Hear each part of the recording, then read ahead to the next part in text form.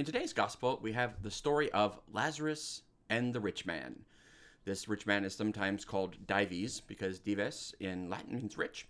And Lazarus, this is not the Lazarus, the brother of Mary and Martha, who Jesus raised from the dead. This is some other Lazarus who is simply known as Lazarus the pauper, or Lazarus the poor man. Lazarus covered with sores, as we hear in the gospel today.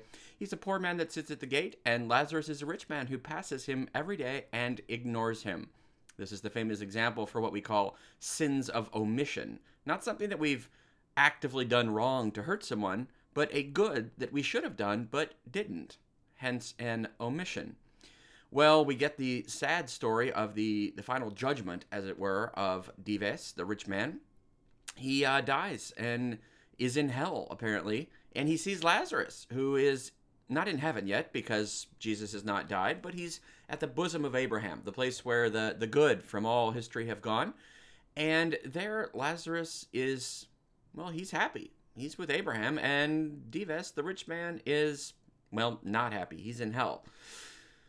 Well, the rich man, now seeing the error of his ways while he was alive, he wants that God would send people to warn his brothers, or Abraham would send Lazarus to warn the rest of his family. They should change their ways, or they're going to end up in hell too. And famously, Abraham has to confront it and say, it won't be enough. They have Moses and the prophets. You've got the commandments. God is already telling you what you need to do. They should do it. Then that sounds like us. Like we've got everything we need to know. We should do it, right? But Lazarus is looking so happy there, and so the rich man says, no, if someone would go from the dead, if someone rises from the dead, that should stir up images in our mind. If someone rises from the dead and goes to them, that would convert them. And Abraham famously says, if they will not listen to Moses and the prophets, neither will they be convinced, even if someone should rise from the dead. This is exactly what happens after the resurrection of Jesus, because someone does rise from the dead. In fact, if you listened yesterday, Jesus told us plainly what's going to happen. He's going to be crucified, suffered, died, and rise from the dead. And he does it. He says he's going to do it, and he does it. What further evidence could we possibly need that Jesus is God, that death is not all there is, that there is life eternal, that everything Jesus said is true about his Father and life in heaven? What further evidence do we need? Everyone should believe, right? Well, in fact, very few people believed, even though someone should rise from the dead, namely Jesus. And it's not like Jesus only appeared to a few people. The scriptures tell us he appeared to 5,000 people at once.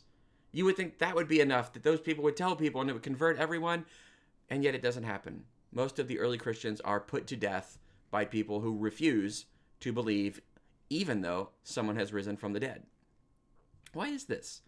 Well, it's because faith, it seeks understanding, but faith is not the result of understanding. We cannot create arguments to create faith. Now, arguments can help faith. Our faith is reasonable. Faith and reason working together. I'm an engineer. I'm a scientist by trade. I need things to be reasonable. It can't be counter-reasonable. But reason is not enough. We need both faith and reason. And so faith is something that is a bit of a mystery. It can't be calculated. It can't be produced in a laboratory. Rather, the same people can see the same evidence. People see Jesus raised from the dead, and some people give their whole lives to it and know that he's God. Other people, like the scribes and Pharisees, know that Jesus has been raised from the dead, and they just refuse to believe it. They try to stamp out the people. They try to kill Lazarus, the brother of Mary and Martha, again, because he's been raised from the dead. The fact that you and I believe, the fact that you and I are willing to give our hearts, that's what belief, credo, means in Latin, cor, dare, cordo, I give my heart. The fact that we're willing to do that is a miracle greater than the resurrection even, the miracle that we have no control over. We say yes to it, but faith, all of us know, is beyond merely our choosing it. So today, if you believe in Jesus, if you're willing to give your heart to what is something ultimately not provable in scientific terms, well, that's a miracle. So today, thank God for the miracle of faith, and God bless you.